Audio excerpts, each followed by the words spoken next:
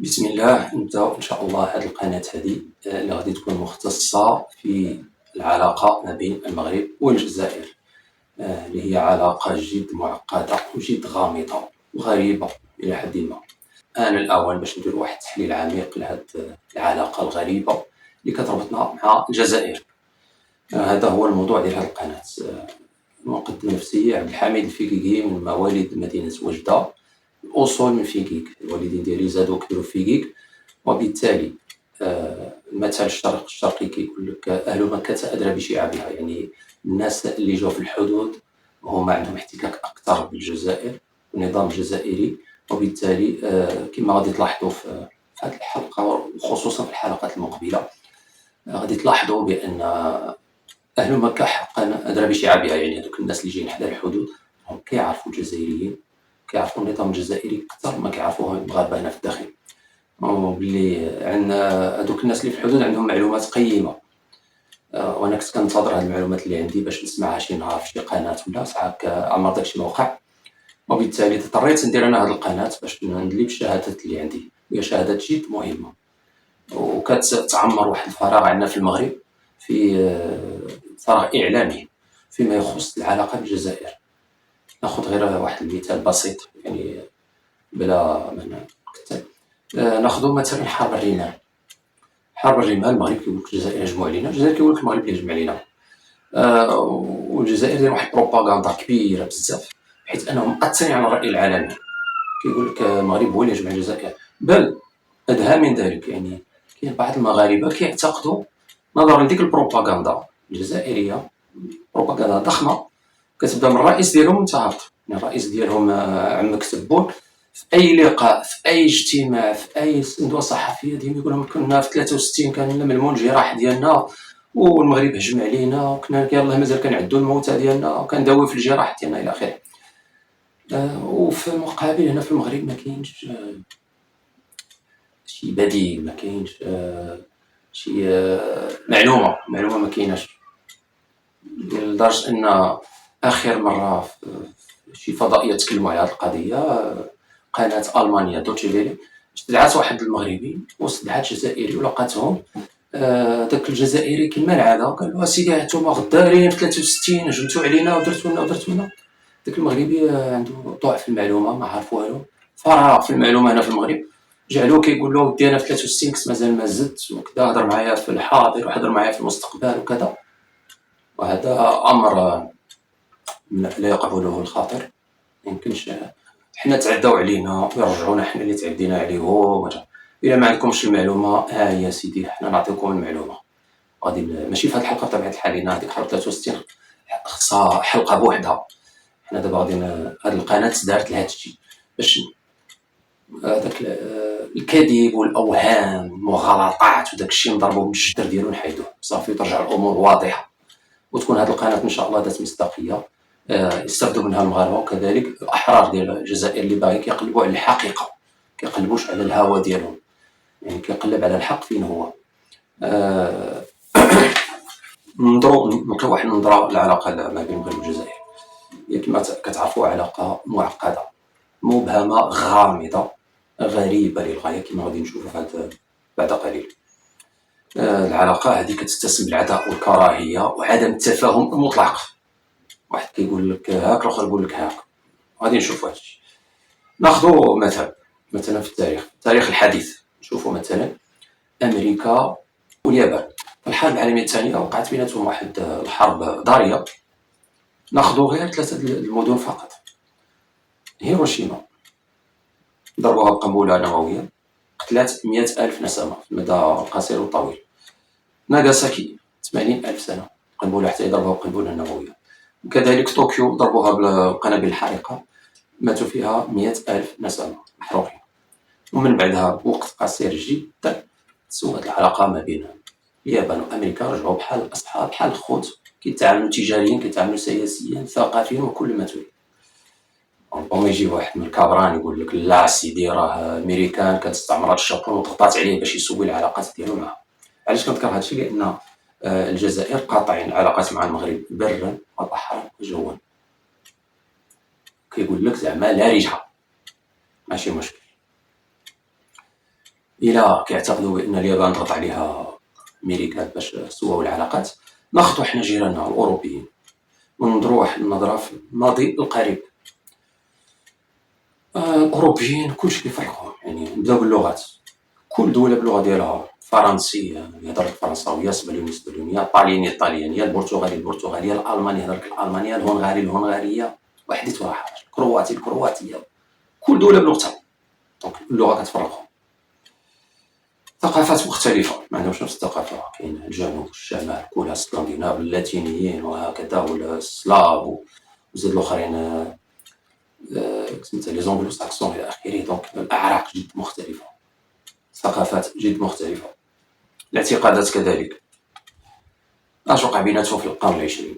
وقعوا جوج الحروب عالميه داخل اوروبا، ماتوا فيها تقريبا ما بين الحربين 100 مليون نسمه. 100 مليون نسمه، لا عدد ضخم جدا. شوفوا الوضع الحالي ديالهم ديال الاوروبيين كيفاش داير، هذوك الناس اللي كانوا يضربوا بيناتهم كيفاش دايرين دابا؟ حدود مفتوحه، اقتصاد مفتوح، دفاع مشترك، تضامن كامل. يعني الا تعديت على دوله واحده في اوروبا وكانك تعديت على اوروبا كامله، متحدين واحد الاتحاد عجيب. نقارنهم دابا مع المغرب والجزائر. المغاربه والجزائريين عندهم اصول متقاربه ان لم نقول واحده، عندهم لغه واحده، ثقافه واحده، دين واحد. الدين هو اعظم شيء في الوجود، دين واحد يعني اعتقاد واحد، بجوج كيعتقدوا بان لا اله الا الله وان محمد رسول الله. وباللي الانسان يعني ملي كتقول لا اله الا الله محمد رسول الله يعني خصك تعمل داكشي اللي قال الله والرسول ديالو صلى الله عليه وسلم. وكتزيد تجمعنا الجوره، يعني ماشي حنا ومصر ولا كذا، حنا والجزائر يعني جيران، حنا كنعرفوا الرسول صلى الله عليه وسلم بصح الجار. وبيناتنا الانساب، الدماء بيناتنا، الدم، الناس متناسبين. ملي كتمشي للحدود كتلقى مغاربه عندهم دوك النساب ديالهم الجهه الاخرى، وكذلك الجزائر كتلقى عندهم نساب مغاربه. ونشوفوا دابا الوضع الحالي كيفاش داير. الوضع سيدي، الحدود كما قلنا مقطوعه برا وبحرا وجوا، خلافات بلا عدد، حرب بارده اعلاميه الكترونيه، حرب دبلوماسيه، كل ما تولي. حتى قال الرئيس ديالهم في عده مرات في عده مناسبات بانه كيهضر على المغرب، قال لك سيدي الباب اللي يجيك منه الريح سدو تستريح. زيد سيدي واش قال لك سيدي الجزائر مستعده دير العلاقات مع جميع دول العالم الا المغرب. لا اسرائيل ما كاينش مشكل مع المغرب. زيد قال عاوتاني بان الجزائر وصلت مع المغرب نقطه اللا رجوع، لا عوده الى يوم القيامه. يعني عمر الحدود ما ترجع، عمر العلاقات ما ترجع، سدوا الباب بلا رجعه الى الابد. اخر ما كاين مشكل. علاش داروا هذا الشيء؟ واش في اعلان على حسب داكشي اللي كيقولوا ولا على شي حاجه اخرى؟ خليهم تما، حنا جايين لهم، الحلقات هما اللي في الماضي حاول الرئيس التونسي بورقيبه باش يبني المغرب العربي، فباءت كل المحاولات ديالو بالفشل. من بعده حاول الملك الراحل المغربي الحسن الثاني باش يبني المغرب العربي، وباءت محاولاته كلها بالفشل للاسف. يعني راه دار مجهود كبير وجمع الحكام العرب في مراكش، كان فيهم القذافي، كان فيهم بن علي ديال تونس، كان فيهم رئيس موريتانيا، كان فيهم بن شادي بن جديد رئيس الجزائر، هادشي في نهايه الثمانينات. ولكن للاسف باءت محاولات بالفشل. حاولت عده دول التوسط باش تصلح ما بين المغرب والجزائر، على راسهم السعوديه، وكما هو منتظر باءت كل محاولات السعوديه بالفشل. وهذا الشيء كيدفعنا للتساؤل، لماذا؟ علاش؟ شكون اللي عنده مصلحه باش يوقع هذا التشتيت، تكون هذه العداوه، وبلي هاد الشعبين اللي كلشي كيجمعهم باش هو يفرقهم؟ دونك هنايا الى قلنا شكون مسؤول، بطبيعه الحال بالنسبه للسي تبون اللي ديما كيطبل فيها في الاعلام العالمي، مره عنده في الاعلام الداخلي، مره في الاعلام الخارجي، ديما المغرب واخا ماشي مشكل، خليه يقول اللي بغا. انما السي تبون خصك تعرف واحد الحاجه، بان القاضي كما كيقول المثل الشعبي، القاضي كيسمع من جوج ماشي من واحد. ماشي كيسمع غير السي تبون وينزل بالحكم ديالو، كيسمع السي تبون والخصم ديال السي تبون، تيهضروا بجوج، يهضر السيد ويهضر الخصم ديالو. عاد القاضي العادل الحكيم كيحكم الحكم ديالو. القاضي اللي كيحكم بشهادة واحد راه ماشي قاضي، داك راه ظالم. القاضي ديما كيسمع من جوج. واخا سيدي اجيو نتخيلوا واحد القاضي عادل وحكيم يحكم لنا ما بين المغرب والجزائر. اول حاجه غادي يطلب الشهادات. اش كيقول المغرب، اش كتقول الجزائر؟ المغرب كيقول لك المغرب ساعد الجزائر وهزها بقوه حتى استقلت. الجزائر كيقول لك حنا اللي كنا السبب في استقلال المغرب، ماشي هو اللي كان زعما السبب في الاستقلال ديالنا. المغرب كيقول لك الجزائر غدرونا، عاوناهم ودار كل ما نستطيع من قوه ومال وكل شيء، ومن استقلوا بعام واحد هجموا علينا فيما يسمى بحرب الرمال عام 1963. الجزائر اش كيقول لك المغرب نكر الخير ديالنا، ومنين استقلينا من بعد عام فقط كنا مازال كنحسبوا الموتى ديالنا ولا نلموا الجراح ديالنا وضعفاء ومشغولين ويهجم علينا على خير. المغرب يقول 1975 الجزائر جمعت جميع المغاربه في العيد الأضحى، أكبر مناسبة عند المسلمين، أكبر عيد عند المسلمين هو عيد الأضحى.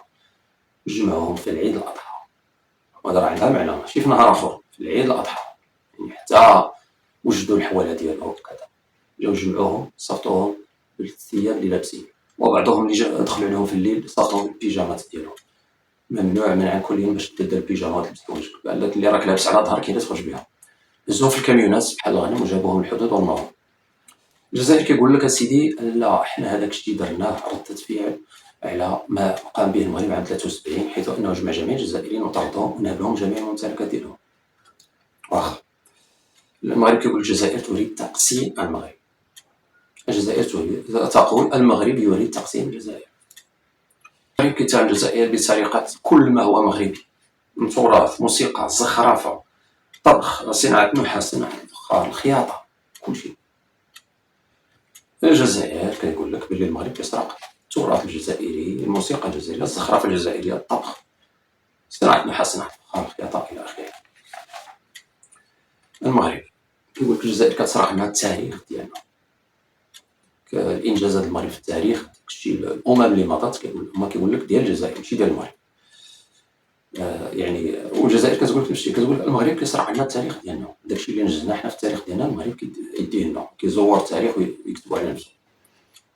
المغرب كيتهم الجزائر بسرقة شخصيات مغربية تاريخية بحال طارق بن زياد فاتح الأندلس، ابن بطوطة الرحالة العالمي، وعبد الكريم الخطابي اللي قار الإسبان في جبال الريف.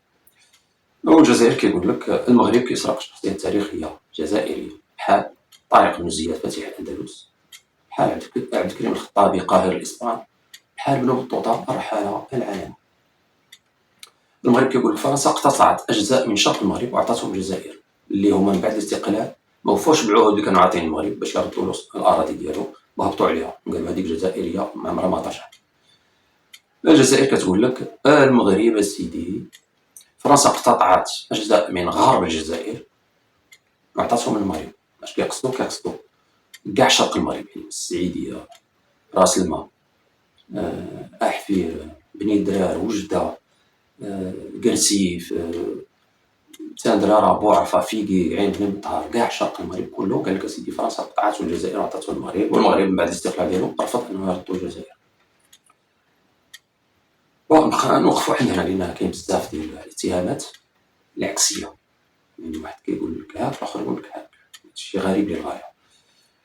هنا غادي كما لاحظتوا هادشي غريب فعلا، غريب للغايه، يعني ماشي جوج ناس متخالفين في نقاط مختلفه. واحد كيقول لك انت ديت لي الثقافه، الاخر يقول له انت ديت لي الارض. واحد يقول لك انت هجمت عليا، الاخر يقول لك انا دافعت على نفسي وهكذا. لا، العكس، واحد كيقول لك الشرق، الاخر يقول لك الغرب. واحد يقول لك هذاك اللون الزرق، الاخر يقول لك لا اصفر. لا هذا قال سيدي هذيك معزه، الاخر يقول لا غراب، وهكذا. هنا كيبان لي هذه العلاقات جد معقده، ما عندها مثيل في الحاضر ولا في الماضي ولا حتى في المستقبل. يعني الا رجعتوا في التاريخ ودرستوا جميع الدول المتنازعه ما غاديش تلقاو هذا الهبال هذا. إلا جيتو للحاضر دابا في جغرافيا العالم كندورو كاع الدول المتنازعة ما وصلوش لهاد الليفل هذا. يعني الدولة باغية تشفر دولة بإكمالها، بتاريخها، بالشخصيات ديالها، بالأراضي ديالها، الثقافة ديالها، التقاليد ديالها، كلشي بغا يتشفر.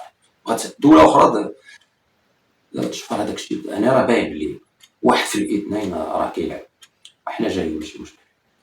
حتى هادشي مازال كاين نزيدو عاد شوية في الدوزاج، لأن القاضي ديالنا ملي غادي يسمع هادشي غادي يحلو العجب، زعما غادي يشوف هادشي غريب للغاية، راه يعني بزاف هادشي. نزيدو ماشي مشكل. 2020 ملك المغرب محمد السادس. بون هنا غادي نفتح واحد القوس، غنهضر على ملوك المغرب وأنا مغربي. كينتظروني المغاربة كاملين أنني نقول نصره الله، سواء محمد السادس أو الحسن الثاني أو محمد الخامس. ولكن هنا بغيت نلتزم واحد الحياد باش نجلب الجزائريين الأحرار يدخلوا يتفرجوا حتى هما في القناة ويكتشفوا الحقيقة. لأن راهم مهما لاحظت أنا درست الجزائريين كاملين بالمعارضين ديالهم، لاحظت باللي اللي ما كيعانيش بزاف من تلوث فكري ديال النظام كيعاني شويه. كنلقى عندهم بعض الاوهام كدور في رؤوس المعارضين ديالهم فيما يخص المغرب، وراني جايب داكشي بالدليل والبرهان، ماشي هضره هكا كلها. زعما في معارضين اللي عندهم زعما واحد القيمه في الاوساط الجزائريه وحتى في غير الجزائريه، ولكن كنلقى عندهم بعض التلوث الفكري جاي من الكبرانات. يعني اكثر ما زوروا لهم الحقائق وكدروهم في المدارس على تزوير الحقائق وهذا، يعني كيعانيو مازال. وبالتالي انا بغي نجلبهم، لان الجزائريين كيسمعوا واحد يقول الملك نصر الله، غادي يقول لك هذا على حسب ما رباوه، هذا غير عياش، هذا مخزاني، هذا كذا، غادي يزيد بحاله. دونك حنا هذيك السبب اللي غادي تسبب انه يمشي بحاله، لا بغينا نقبطوه يسمع الحقيقه، هو احسن باش يعرف الحقيقه. دونك في 2020 ملك المغرب محمد السادس قال باللي اليد ديال المغرب ممدوده للجزائر، الجزائر عمرها ما غادي يصيبها شي اذى من المغرب. اسبوع من بعد ذلك اشتعلت النيران في الغابات ديال القبائل، والنظام الجزائري اتهموا المغرب مباشره. بون هذه اتهامات ديالهم، اللي بغى يهضر اللي يهضر، حنا غادي نجيو كلشي بالدلائل والبرهان باذن الله. من بعدها باسبوع اتهموا المغرب بانه كيسمم الابار الشرب ديال المناطق الصحراويه في الجزائر اللي كيشربوا منها البدو والماشيه ديالهم. وهذا الشيء اللي كنقول لكم ماشي في مواقع التواصل الاجتماعي، هذا الشيء راه في التلفازات الرسميه الجزائريه. وإلا ما كفاكمش هذا العجب نزيدو واحد شي شويه، ماشي مشكل. هذا الشيء يدعو لي الابتسام، وحنا بغينا نحافظوا على الابتسامات ديالكم، نزيدوكم شويه. العاب البحر الابيض المتوسط 2022 اللي تقامت في الجزائر في مدينه وهران. العاب البحر الابيض المتوسط، المغاربه ما كانش يمكن لهم يمشيو بالطياره لان مانعين قاطعين الجو على المغرب، ما تدخل حتى طياره من المغرب. اضطروا ان المشاركين المغاربه مشاو حتى لتونس، شفتوا طياره تونسيه اللي داتهم وهران. ملي هبطوا في المطار وهران استقبلهم الشعب الجزائري او الجمهور الجزائري بالزغاريد وتصفيقات شي تحرى، واحد استقبال حار، كان امر يتعجب الانسان. ولكن الاعجب من ذلك وهو ان 48 ساعه من بعد تقريبا ولا 3 ايام الفريق الكره المغربي جات نوبه ديالو باش يلعب مقابله. في الدخول ديال الفريق المغربي للملعب استقبله الجمهور الجزائري بالسب والشتم والمعيار. شوفوا التناقض العظيم، كيفاش الجمهور الجزائري استقبل المغرب في المطار، كيفاش استقبلوهم عند دخولهم الملعب. هذا تناقض عظيم، ولكن هادشي غادي نرجعوا له ان شاء الله، غادي نفصلوا. هادشي كيبين بلي الوضع ما بين المغرب والجزائر جد فريد، ما كاينش بحالو، لا مثيل له لا في الماضي ولا في الحاضر. لا ما تكيوش راسكم، ما غاديش تلقاو جدودات اللي عندهم هاد التخربيق هذا. وهذا الشيء كيحتاج لتحليل عميق ماشي سطحي. يعني التحليل السطحي راه ما يفيدش، هنا كيؤدي للخطا. هنايا راه الله في القران سبحانه بين بلي التحليل السطحي راه ما كيوصلش للحقائق. خاص سيدنا داود مع سيدنا سليمان يحكموا في الحرث اللي كلاتو الغنم. قال تعالى: وداود وسليمان إذ يحكمان في الناس إذ نفتت الغنم في حرث القوم وكنا لحكمهم شاهدين. هاد القصة نقولها بزربة. دابا واحد الراعي كانت عنده الغنم كثيرة، عجز باش يمشي لبعد واحد 20 ولا 30 كيلومتر باش يقلب على ماكلتها. داها لواحد المنطقة فيها الزرع ديال الدراوش، كل واحد عنده هكتار ولا جوج كيدير داكشي اللي ياكل هو وعائلته. داها لتما، هبط لهم على الزرع ديالهم كاملة، ما عندهم غنم كثيرة. وصلت القضيه لسيدنا داود، هذوك الناس احتاجوا الغنم، واش لقوها؟ وصلت القضيه سيدنا داود قال لها اش واقع اش واقع اش واقع، قال لهم صافي يقبطوا ديك الغنم يقسموها بيناتهم، هذا هو العقاب ديالو. طق سيدنا سليمان قال له لا، كيبان لي الحكم غير صائب. قال له ما هو الصواب؟ قال له سيدنا سليمان الصواب وهو انهم هما ضيعوا في الغله، ضيعهم في الغله، هما راس مالهم الارض وراس المال ديالو الغنم. قال له الغنم كلات الغله ما كلاتش الارض. يعني قال لها راس المال غادي يبقى بين يديهم، غادي ينتج لهم غلات اخرين في المواسم المقبله. هو ضيعهم في الغله ماشي في راس المال. كذلك هو يخلصهم بالغله ماشي براس المال. اي قال له هنا نديروا واحد المراقبين اللي يحسبوا العدد ديال الغنم اللي غادي تولد عنده في هذه السنه. الى تزاد عنده 1000 خروف مثلا غادي نحكموا عليه يعطي 1000 كبش لهذوك الناس كتكفير على الغله اللي ضيعهم فيها، وتقسموها بيناتهم على حسب كل واحد الارض ديالو شحال الكبر ديالها. وقبل سيدنا داود هذا الحكم لان شافوه بلي هو الصواب. علاش الفرق بيناتهم هو ان سيدنا داود دار تحليل سطحي صافي وحده، في حين ان سيدنا سليمان تعمق في التحليل ديالو وطلع بالحكم الصواب. وهذا هو السبب علاش الله ذكرها في القران باش نستافدوا. دونك هذه القناه ان شاء الله هذا هو الدور ديالها، التحليل عميق باش نطلعوا الحكم الصواب وما نمشيو غالطين حتى في شي حاجه باذن الله. لان انا شفت مرات ومرات ومرات في فضائيات خارجيه كيجيبوا مغربي وجزائري، الجزائري ديما قابطين في هذه النقطه. سيدي غدرتونا في 63 كنا عندنا مليون جراحانا وكذا وكذا وجمعتوا عليهم. كنلقى المغربي ساكت كيقول له حنا كنشوفوا المستقبل، المغربي كيقول له حنا مازال كنشوفوا المستقبل كنحاولوا نبنيو علاقات المستقبل كذا. سيدي دافع على راسك عاد هضر لي على المستقبل. راك مظلوم 63 جمهوريه الجزائريين كلاو العصا وهربوا، وديك الساعه الى يومنا هذا وهما كيضربوا البندير وكيقول لك المغرب غدرنا هجم علينا ودارنا. وهذا الشيء غادي ندير له حلقه بطبيعه الحال في الحلقات المقبله. غادي تجي الحلقه ديال الحرب 63 حرب الرمال، وغادي تعرف الجزائريين كيفاش غدروك وهجموا عليك على غفله من غير سابق انذار ولا اعلان حرب، بالدليل والبرهان. صافي. ومن بعدها ما نبغيش نشوف شي مغربي في الفضائيه عاد يبقى يقول لك اسيدي انا داك العام مازال ما زدت تهضر معايا دابا كذا. لا راه كتعطيك اعتراف بالجريمه. يجي الجزائري ويقول لك هجمتوا علينا ودرتوا لنا حنا كنا ضعفاء يلا استقل لينا وكلم الموت الجراح ديالنا. خلاص هاد الهضره راه عاود عيطت مرات هذاك السي تبون. ولكن منين يقابلوا مغربي مع جزائري خص المغربي يدافع، خص تكون عنده معلومه. راه بان الفراغ علينا في المغرب منين هذاك عبود مشى للناظور عند عائله العموتي وطلع لي زارجيف ديال السيريه ديال الجزائر وبقى يقول لهم خصكم تردوها للجزائر الى اخره. وحنايا حتى واحد فينا ما كنعرف، وكان ماشي هشام عبود جاي، هذا غير واحد جزائري جاي شمشم طلع لي زارشيف سكري ديال الحكومه المؤقته الجزائريه اللي كانوا عندهم مقر في الناظور ومقر في وجده. عاد بقاو المغاربه كيقول له لا ما ترد لهمش هذيك راه ملك ديال المغرب. وبقات هذاك هشام عبود كيسب، دار واحد الحلقه كيسب. دونك هاد الفراغ ما بيناش يبقى، خص المعلومه توصل. اللي عنده شي شهاده يخرجها، مابقاش حنايا مخبعين بحال الا حنا اللي خاطئين وهما اللي على صواب. هذاك اللي متعدي علينا هو اللي كيرجع على صواب، وحنا اللي ساكتين. الصمت علامه الرضا. حنا كنتسماو حنا المجرمين، حنا اللي كنديرو. اخر شيء وهو الدور ديالكم نتوما اعزائي المشاهدين والواجب ديالكم امام الله لنصره الحق. اي واحد جا في الانترنت باش يظهر الحقيقه راهم دايرين جيش ديال الذباب الالكتروني كيتسكروا عليه بالسينيال باش يحذفوا له الفيديو ديالو ويسدوا له القناه ديالو في خطره. الله يخليكم، عندكم واحد الواجب وهو ديك منين تسمع الكلام تعرف الانسان كيهضر في الحق خصك تنصر الحق. خلاص الله يعصم راه منكم منكرا فليغيره بيده فمن يستطع فبلسانه فمن يستطع فبقلبه وذلك اضعف الايمان. يعني بقلبك كتقتنع تقول هذا السيد عنده الحق وتزيد بحالك، هذاك اضعف الايمان. شنو هو بيده هنايا في الانترنت؟ انك دير لايك ودير هذيك سميتها بارطاج وتفعل الجرس، ولا استطعت تكتب كومونتير.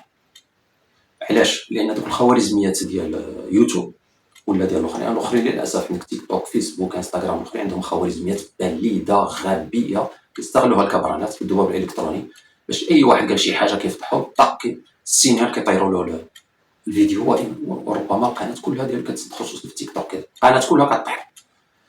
في حين ان يوتيوب عندها خوارزميات ذكيه. ملي كتشوف واحد المجموعه كينهالوا على واحد ديسلايك والسينيال وكذا كذا، ولكن مجموعه اخرى كيقول لك لايك وهذا الشيء زوين وتفعيل الجرس وكذا، كيقول لك لا هنا كاين شي لعيبه. هاد الناس علاش عجبهم؟ علاش جايين كيشكيو هادو عجبهم؟ دونك يوتيوب داك الخوارزميه ديالها ما كدير شي حاجه، ما كتسدلكش الفيديو ولا غير كتعلمك، كتقول لك الناس راهم يسينيالو فيك ولكن ما كتقطعش، يعني فوقاش كتقطع. الا هادوك اللي كيتفرجوا ما كيديروش لايك، كيتفرجوا يخرجوا بحالهم، وكيجي الذباب الالكتروني كيدخل ويدير ديسلايك ويدير سينيال ويدير كذا، كيقول لك هادوك اللي شافوه ما دارولوش لايك، وهادو راهم يتشكاو منه صافي. دونك داك الخوارزميات طاق كتحذف الفيديو، وربما الا داكشي تكرر في الحاله ديالي انا غادي يتبعوني الذباب الالكتروني، اي حلقه درت غادي يتكاو عليا. الا بقاو هذاك هما كيديروا لي السينيال وانتم ما كديروش لايك، ما كديروش الاشتراك، ما كديروا لا كومونتير لا والو، غادي الخوارزميات جوجل تقول هذا السيد راه خاطئ، لان اللي شافوه ما كيديرولوش لايك، وهادو كيتشكاو كيقول لك هذا راه كيقول داك الشيء خايب بزاف وما يصلحش يتقال وكذا كذا، طاق غادي تحت في القناه. دونك نتوما الدور ديالكم سواء كنت مغربي او جزائري باغي تدافع على الحق، الله سميتو الحق، باغي تدافع على الحق خصك دير لايك اشتراك، هذا هو الجهاد ديال اليد فيغيره بيده. دير لايك، دير اشتراك، دير اسيدي تفعيل الجرس، ولا امكن نزيد واحد كومونتير واخا غير السلام عليكم، غير كومونتير واخا بسيط، المهم كومونتير. المهم ديك الساعه الخوارزميات غادي تبلوكي لك الذباب الالكتروني وما يقدروش يحجبوا عليك الحقائق اللي انا باغي نقولها لك. الله يخليكم تجندوا معنا وحسبوا راسكم جنود مجنده في نصرة الحق. هو هذا، خليتكم على خير، واللقاء الحلقه المقبله ان شاء الله. ما تنساش هادشي اللي قلنا ديال الاشتراك، بارطاجي الاخير. الى اللقاء.